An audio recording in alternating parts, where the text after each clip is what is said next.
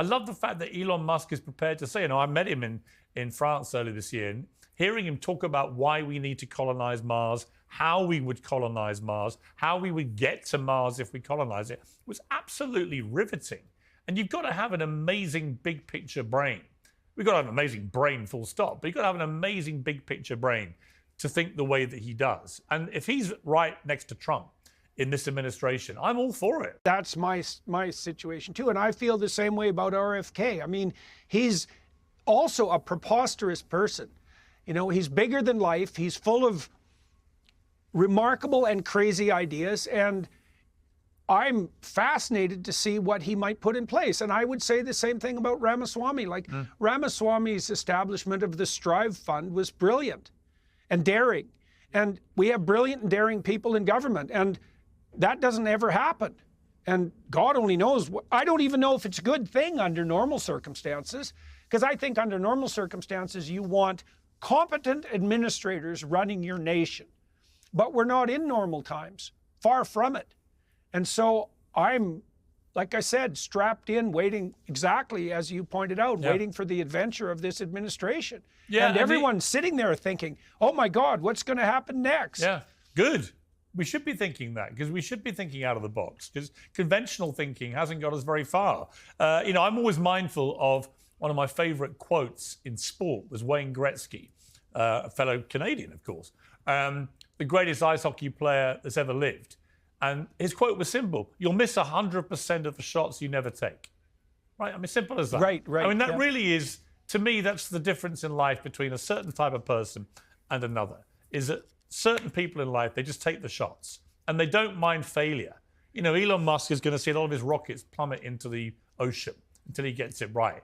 But the thrill of the dare, of the adventure, of all of it, again, we'll come to this with your book because it's one of the big themes, but I do think that I feel like it's invigorating right now. It might be slightly dangerous and it might take us off on weird places and it might not all work, but I do feel the scale of ambition is going to be invigorating. Yep, amen to that, definitely. That's exactly how I feel. And I also, you pointed out with regards to this book, that one of the definitions of God in the biblical library, in the story of Abraham in particular, is that God is, in fact, the voice of adventure. I mean, whenever people are discussing religious matters, one of the first questions that arises, obviously, is, well, what exactly is it that you're speaking of?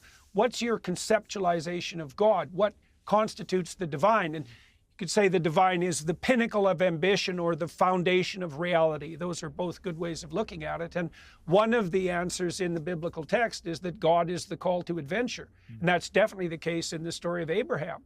And the idea there, which is an unbelievably deep idea and also one that works biologically, is that the full expression of the spirit that takes you beyond your zone of comfort and out into the terrible world is the same spirit that makes your life a blessing to you, that makes your name renowned among other people and for good reason, that helps you establish something of lasting value, and that does that in a way that brings benefit to everyone. And that's actually the deal that God offers Abraham in response to his willingness to embark on a life of adventure. And I think all of that's true. I mean, one of the rules I had with this book, Pierce, was that I tried not to offer any explanations of the biblical text that weren't also fully justifiable from a scientific perspective, and usually from multiple different orientation places on the scientific side. And so why wouldn't the spirit of adventure take us out into the world in the most glorious possible manner? Like, what the hell else would it possibly be for? Yeah, I agree. The other part of this, which is fascinating for me, involving you subliminally, is that you become this kind of heroic figure for millions of young men who felt totally disenfranchised from society. And I remember the first time I interviewed you in my studio, and you got quite emotional talking about them and how you felt responsible to them and how many of them would come up to you, literally in the street come up to you and tell you how you had sort of saved their lives in many ways. And what we've seen here is, I think, in what they're calling the broligarchy, which I love, which is the bros: Elon Musk, Donald Trump, Joe Rogan, RFK, Vivek. They're all bros. and they're the broligarchy. Is that you saw so many young men, whether they were white young men, black young men, Latino young men, but millions of them gravitating to vote for Trump because they bought into this general sense that finally there were a group of people here who were going to make you not feel ashamed of being a man, who were going to say that there's something great about being masculine, not something to be, to be shirking away from because apparently it's all toxic. That these are men in the old-fashioned sense. I'm very curious how you feel about that because you've been at such a vanguard of this.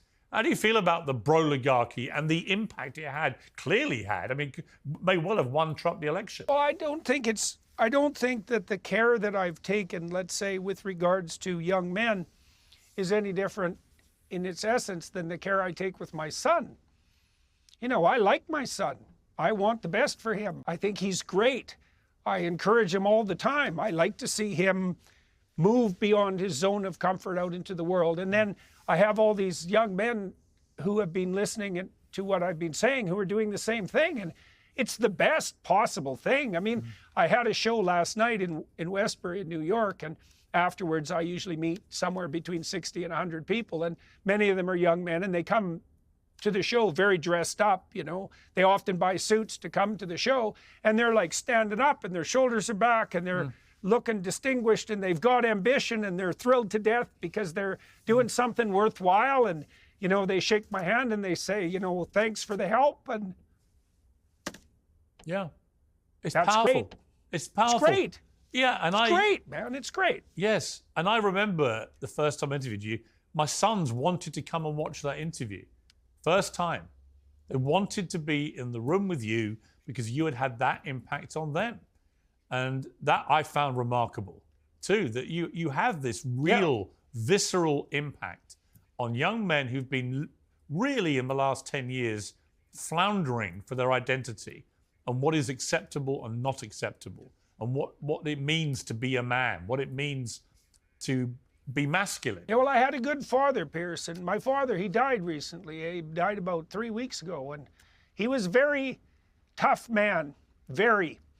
A hunter, a trapper, a deadly shot, and man with very high standards, and very encouraging. He was really good at that, really good with little kids. And, it's a privilege to play that role for as many people as possible. There isn't anything better than that. And, I think you're right about the fact that that spirit has been kindled around Trump. And what's so cool to see with Trump is that he's accepted that. He's proved himself willing to share the stage with all of these other remarkable people. And even in some ways, I wouldn't say to fade into the background, because Trump isn't exactly your fade into the background sort of guy. But, the fact that he's invited so willingly these other participants, all of whom are high status people around him, also, to me, put to rest any concerns I had about any pathological narcissism on his part. I mean, obviously, Trump is a very effective self-promoter, and there's something in that that's a real skill. But by the same token, he has RFK, who's a force in his own right. He has Musk, Ramaswamy, Vance. These are formidable people. Tulsi Gabbard as well.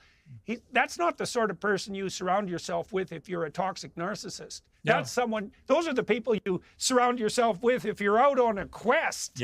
And it's so cool to see this. It's so literary. It's absurd.